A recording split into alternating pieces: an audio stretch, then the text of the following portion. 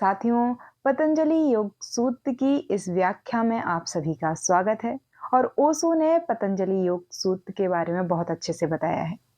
आप इसको बहुत अच्छे से समझेंगे कि मन क्या है, मन कैसे काम करता है, इन सब के बारे में आज की इस वीडियो में चर्चा होगी। और ओशो ने जो व्याख्या की है वो ही मैं आपके साथ शेयर करूंगी। बस आप अपनी आंखें बंद कर लीजिए और मेरे शब्दों पे आपका पूरा ध्यान होना चाहिए। आप मेरे शब्दों को बहुत ध्यान से सुने और समझें। साथियों, ओशो बहुत अच्छे से व्याख्या करते हैं जो भी ऐसे मतलब कि बहुत पुराने ग्रंथ हैं। तो आपको पहले की 2 वीडियोज़ अगर आपने नहीं देखी है तो इस वीडियो के बाद में देख लीजिएगा, ताकि आपका एक फ्लो बने कि बातें कहाँ से हो रही हैं। वैसे अगर आप ये वीडियो भी देख कर स्टार्ट कर रहे हैं तो कोई दिक्कत नहीं है, क्योंकि इस वीडियो में मन के बारे में, इन सारी चीज़ों के बारे में बताया गया है। तो आप पहले इसको देख लेंगे फिर उनको देखेंगे तो भी दिक्कत नहीं है।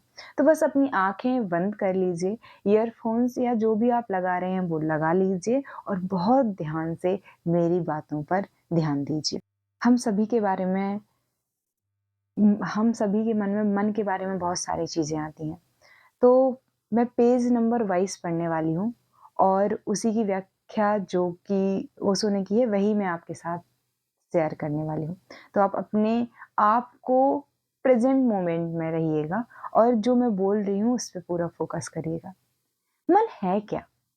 मन कर क्या रहा है? यह क्या है? आमतौर पर हम सभी यही सोच लेते हैं कि मन जो है सिर्फ सिर में पड़ी कोई भौतिक चीज है। सिर में पड़ी कोई भौतिक चीज है। पतंजलि इसे नहीं स्वीकारते और जिसने भी मन के भीतर को जाना है इसे नहीं ही स्वीकारेगा। आधुनिक विद्वान भी इसे नहीं स्वीकारता। मन कोई भौतिक तत्व नहीं है जो पड़ा है सिर में। मन एक वृत्ति है, क्रियाशीलता है। तुम चलते हो तो मैं कहता हूं तुम चल रहे हो, पर यह चलना है क्या? यदि तुम रुक जाते हो तो वह चलना, चाल कहाँ है? यदि तुम बैठ जाओ तो चलना किधर चला गया? चलना कोई ठोस भौतिक चीज नहीं है, वह तो एक क्रिया है। इसीलिए जब तुम बैठे हुए हो तो कोई नहीं पूछ सकता कि तुमने अपनी गति कहाँ रख दी। अभी अभी तुम चल रहे थे, कहाँ गया वह चलना? तुम हंसोगे इस पर। तुम कहोगे चलना कोई वास्तविक तत्व नहीं है, वह एक क्रिया मात्र है। मैं चल सकता हूँ, मैं फिर चल सकता हूँ और मैं चलना रोक भी सकता हूँ। यह तो क्रियाकलाप है। मन भी एक क्रिया है, लेकिन इस शब्द मन की वजह से लगता है कि ये भीतर कोई ठोस चीज है। इस मन को, इस माइंड को माइंडिंग कहना बेहतर होगा। जैसे चलने की वॉकिंग कहते हैं, जैसे चलने को वॉकिंग कहते हैं। माइंड का मतलब माइंडिंग, मन का मतलब सोचना। यह एक सक्रियता है। मैं बोधि धर्म का बार बार उदाहरण देता रहा हूं। वह चीन गया और चीन का सम्राट उसके पास आया मिलने के लिए। सम्राट ने उससे कहा, मेरा मन बहुत बेचैन है, बहुत अशांत है। आप महान संत हैं और मैं आपकी प्रतीक्षा कर रहा था। मुझे बताएं कि मैं क्या करूं जिससे मन शांत हो जाए। बोधिधर्म ने कहा, कुछ भी मत कहो, कुछ भी मत करो, पहले अपना मन मेरे पास ले आओ। सम्राट कुछ समझ नहीं सका। उसने कहा, आप कहना क्या चाहते हैं? बोधिधर्म ने कहा, सुबह 4 बजे आना और जब यहाँ कोई नहीं होता 4 बजे तब आना। अकेले आना और ध्यान रखना, अपने ध्यान को साथ ले आना। वह सम्राट सारी रात सो नहीं सका। बहुत बार उसने वहां जाने का विचार ही रद्द कर दिया होना चाहिए। मैं स्वयं से कहता, यह आदमी पागल जान पड़ता है। यह कहने से उसका आखिर मतलब क्या है कि भूलना नहीं, मन को साथ लाना। लेकिन वह व्यक्ति इतना मोहक, इतना चमत्कारिक था कि सम्राट उस नियोजित भेंट को रद्द नहीं कर सका। जैसे कि कोई चुंबक उसे अपनी तरफ खींच रहा था। 4 बजे वह बिस्तर से उठ बैठा और कहने लगा, चाहे जो हो मुझे जाना ही है। इस व्यक्ति के पास कुछ होगा, उसकी आंखें कहती हैं, उसके पास कुछ है। थोड़ा सा पागल जरूर लगता है, पर फिर भी मुझे जाना चाहिए और देखना चाहिए कि क्या हो सकता है। इस प्रकार वह पहुंचा। बोधिधर्म अपने मोटे सोटे डंडे को लिए बैठे हुए थे। उन्होंने कहा, आ गई तुम, कहाँ है तुम्हारा मन, अपने साथ लाए हो या नहीं? सम्राट ने कहा, आप क्या फिजूल बात कहते हो, अब मैं यहाँ हूँ तो, तो मेरा मन भी यही है, और वह कोई ऐसी चीज भी नहीं जिसे कहीं भूल के भी रख कर आ सकता हूँ। वह मुझ में ही है। बोधिधर्म ने कहा, अच्छा तो ठीक। सो पहली बात तो सॉरी, पहली बात का तो निर्णय हुआ कि मन तुम में ही है। एक सेकंड। ओशो में इतनी पावर है कि आपको हंसा सकते हैं, रुला सकते हैं। मतलब ना वो बोल रहे हैं ना कुछ कर रहे हैं, बस लाइंस पढ़ के उनकी मुझे हंसी आ रही थी। तो बोधि धर्म ने क्या कहा था कि अच्छा ठीक है कि पहली बात तो तय हो गई कि तुम्हारा मन तुम में ही है। सम्राट ने कहा, हाँ ठीक, मन मुझ में ही है। बोधि धर्म ने कहा, तो अब आंखें बंद कर लो और खोजो कि मन कहाँ है, और तुम उसे ढूंढ लो कि वह कहाँ है। सॉरी। तो फिर उसी क्षण मुझे बता देना कि मन कहाँ है, मैं उसकी अवस्था शांत बना दूंगा। सम्राट ने कहा। सम्राट ने आंखें बंद कर ली और करता ही गया देखने की, और जितना ही भीतर झांकता गया उतना ही होश आता गया कि वहां कोई मन नहीं है, मन एक क्रिया मात्र है। वह कोई चीज नहीं है जिसे ठीक ठीक इंगित किया जा सके। लेकिन जिस क्षण उसने जाना कि मन कोई वस्तु नहीं है, उसी क्षण उसे अपनी खोज का बेतुकापन भी खुलकर प्रकट हो गया।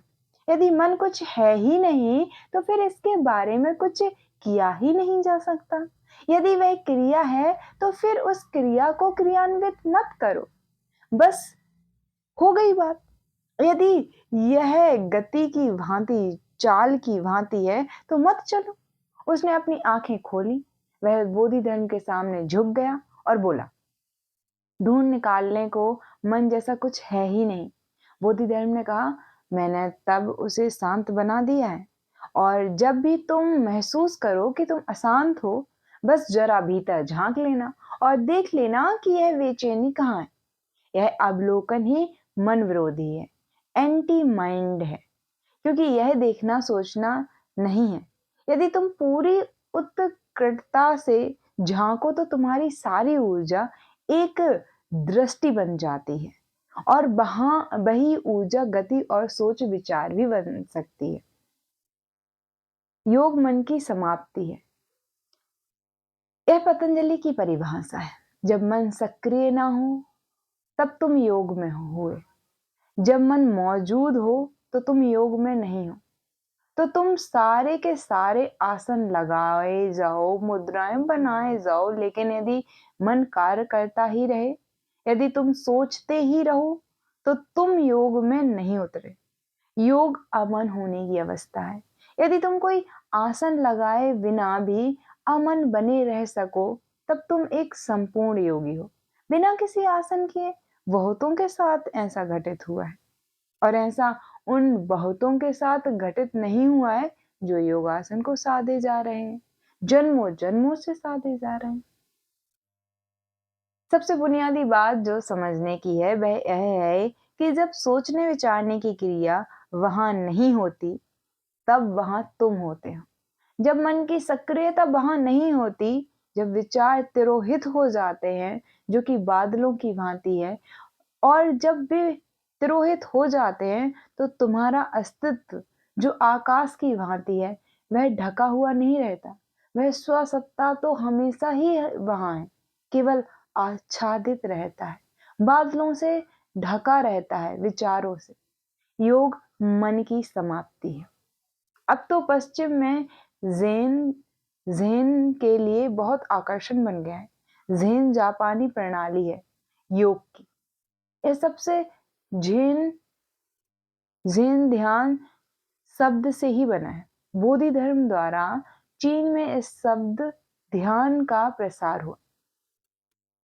बौद्धों की पाली भाषा में ध्यान शब्द झान बन गया और फिर चीन में यही शब्द चान बन गया और फिर यह शब्द जापान में पहुंचकर ज़ेन बन गया। शब्द का मूल ध्यान ही है। ध्यान का अर्थ होता है अमन और इसलिए जापान में ज़ेन के सारे प्रशिक्षण का सार है कि मन की क्रियाओं को कैसे रोका जाए, अमन कैसे हुआ जाए, बिना विचारे के होना कैसे फलित हो। कोशिश करो। जब मैं कहता हूं कि कोशिश करो तो बात कुछ विरोधाभासपूर्ण मालूम होगी, लेकिन इसे कहने का कोई ढंग नहीं है। यदि तुम कोशिश करो तो यह प्रयास मन से ही आता हुआ मालूम पड़ता है। तुम एक आसन लगा बैठ सकते हो और कोई जप कर सकते हो, मंत्र पढ़ सकते हो, या तुम कुछ भी ना सोचते हुए मौन बैठने का प्रयत्न कर सकते हो। लेकिन कुछ ना सोचने का प्रयत्न करना भी सोचना बन जाता है। तुम स्वयं से कहते चले आ जाते हो, मुझे कुछ नहीं सोचना, कुछ ना सोचो, सोचना बंद करो। लेकिन यह सोचना सब सोचना ही है। लेकिन यह सब सोचना ही है। समझने की कोशिश करो। जब पतंजलि कहते हैं अमन की बात, मन की समाप्ति की बात, तो उनका मतलब है पूरी समाप्ति। वे कभी भी जाप करने की स्वीकृति नहीं देंगे कि राम राम दोहराए चले जाओ। वे कहेंगे जप करना मन की समाप्ति नहीं, तुम मन को तो इस्तेमाल कर ही रहे हो। वे कहेंगे बस रुको जाओ। लेकिन तुम पूछोगे कैसे कैसे रुक जाए, मन तो चलता ही रहता है। यदि तुम बैठ भी जाओ तो भी मन सतत चलता है। यदि तुम कुछ ना करो तो भी मन अपनी गति करता ही जाता है।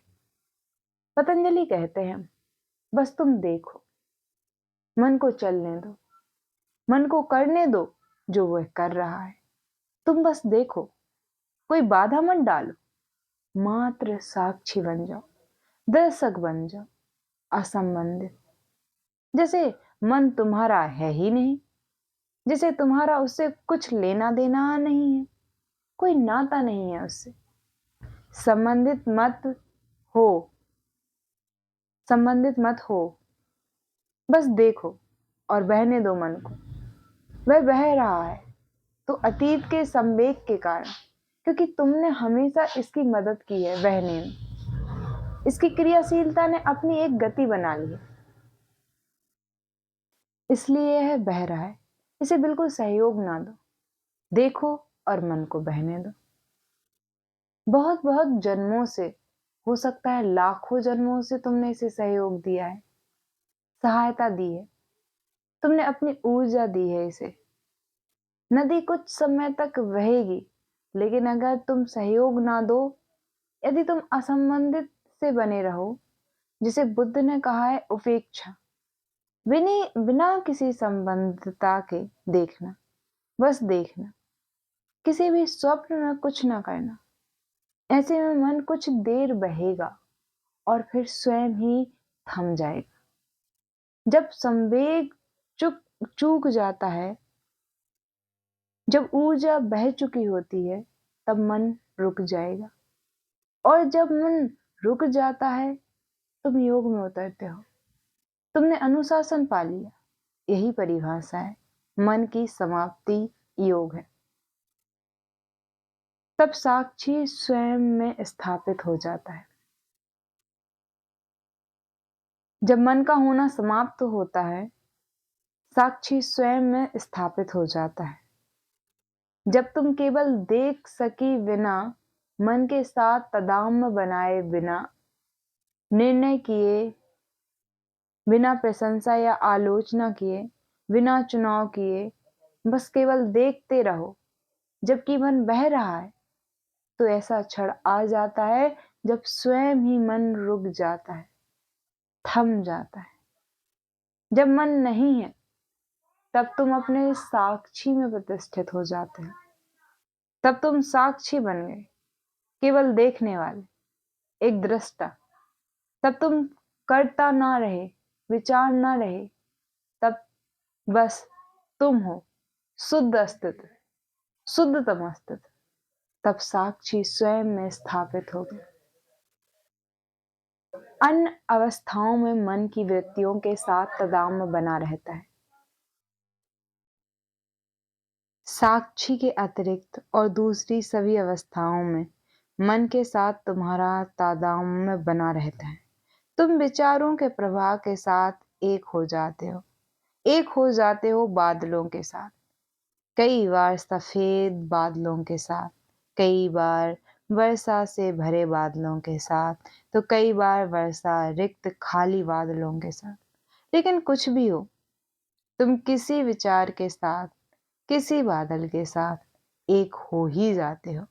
और इस तरह तुम आकाश की शुद्धता गवा देते हो, खो देते हो अंतरिक्ष की शुद्धता।